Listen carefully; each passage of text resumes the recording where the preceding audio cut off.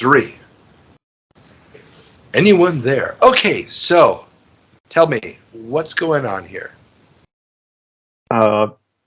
It's yeah. First of all, I didn't know what a ZX80, what was it? 81. ZX81 Yeah. was, so I had to search it up. I thought it was a ZX Spectrum, but apparently it's the thing after it. Before it. And Before it. before it, yeah. Yeah.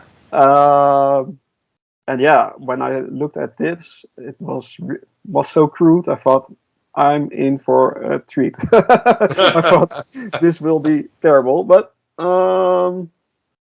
yeah, and also figuring out the controls was really hard. I'm glad you sent me the instructions because, as you can see, I was pressing all the buttons now and trying to get it started. But here I am, and I had my fingers ready on the buttons to play this game, and it was like, I think 8 was walking forward and 9 was walking to the right, but 6 was walking to the left, like the numbers on the top of your keyboard. So, and there the T-Rex shows up for the first time. So I'm trying to walk through the maze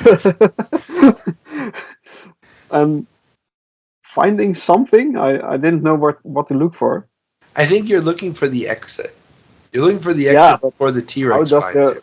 Yeah, but how does the exit look like? That's the question. Yeah, I'm guessing it's going to look different. Oh. Yeah, he gotcha. And actually, this was pretty convincing. The T-Rex is the best part of the game, I think, and you really feel hunted when you play this. So, as you can see in the bottom of the screen, there's a sort of status message what the T-Rex is doing, and this is the exit.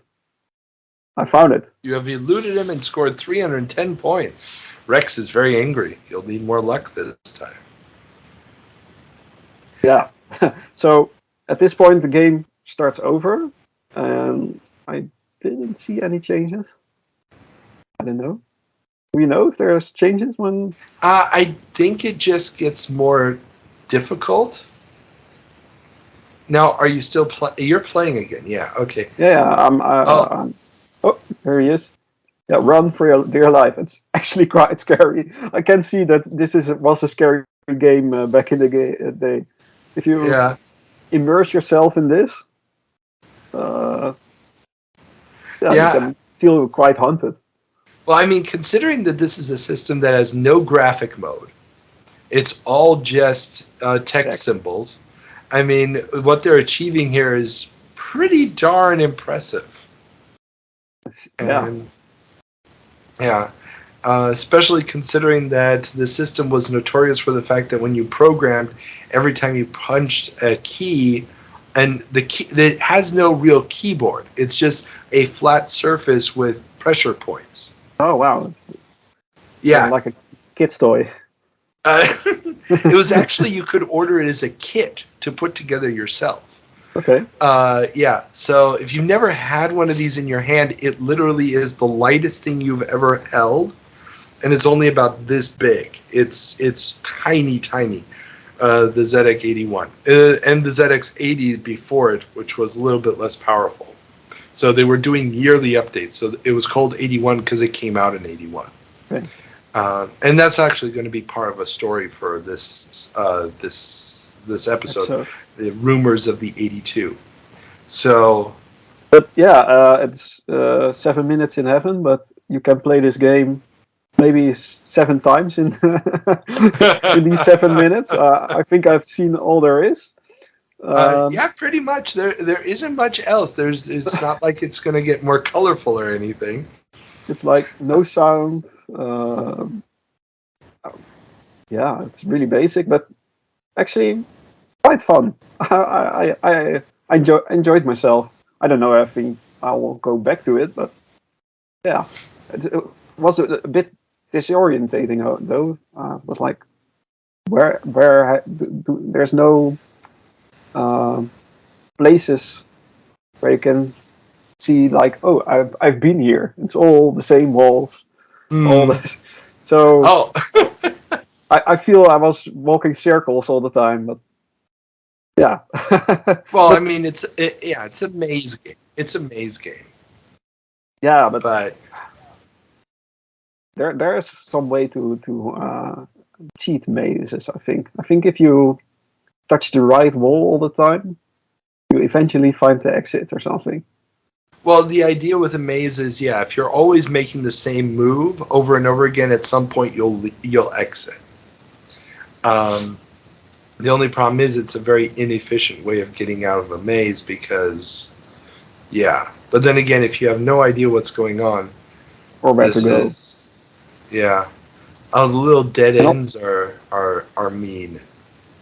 the score is interesting because you would think the highest score is achieved by going out as fast as possible. But Yeah. you get the highest score by being in the maze as long as possible, I think. Because every step you make, the score goes up, which is interesting. I think if this game would have been made in this era, it would be like a speedrunning game or something. Like go out as fast as possible and the score will tick down. Well, yeah, but I mean, sometimes since I'm guessing that the mazes, because of the very limited memory in a ZX81, which I think is something like 4K in the base model, but I don't hold me to that. There's no way that the mazes are predetermined, so they're probably being generated algorithmically. So sometimes you're going to get lucky and you're going to find the exit immediately, and sometimes you're really going to have to hunt for the exit. So you can have the exit right in front of you. Yeah, so I think Maybe. that, saying that the high score is the person who just got lucky and immediately found the exit wouldn't be really fair. That's true. It wouldn't feel like much of a success, whereas if you are running around and you see the T-Rex and you manage to keep the T-Rex coming behind you for as long as possible, then that becomes more of the thrill. It's like, can you rack up 1,000 points, which would mean constantly having the T-Rex behind you and somehow still making it to the exit? That might be more of a challenge. Maybe the best trick is to find the exit and walk back and forth around it or something, or yeah, exactly. You have the exit close to you, and then somehow, but you have to be really great in mental mapping or something. Like, where am I? It's really hard to locate where you are in that place. So, well, yeah, it's quite interesting. Yeah. Like I said, this was the killer app, but we'll talk more about that on the episode. So, okay, let's get back to the show.